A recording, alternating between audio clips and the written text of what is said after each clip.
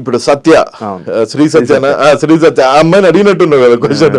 ఓ betting apps వాళ్ళకి మస్తు పైసలు వస్తాయంట కదా, ఇట్లా రవి అనేటోడు వీడియోలు పెడుతుంట, ఆమెకు 10,000 ఇచ్చిర్రట, 10,000 20,000 ఇచ్చిర్రట యాక్టివిటీ, లేకపోతే ₹1,00,000 ఇచ్చారు. సో అట్లా ఒక్కొక్కళ్ళ లెవెల్ బట్టి ఒక్కొక్కళ్ళకి ఇస్తారు, కోట్లేం కాదు, లక్షలు, డీసెంట్ మనీ ఇస్తున్నారు.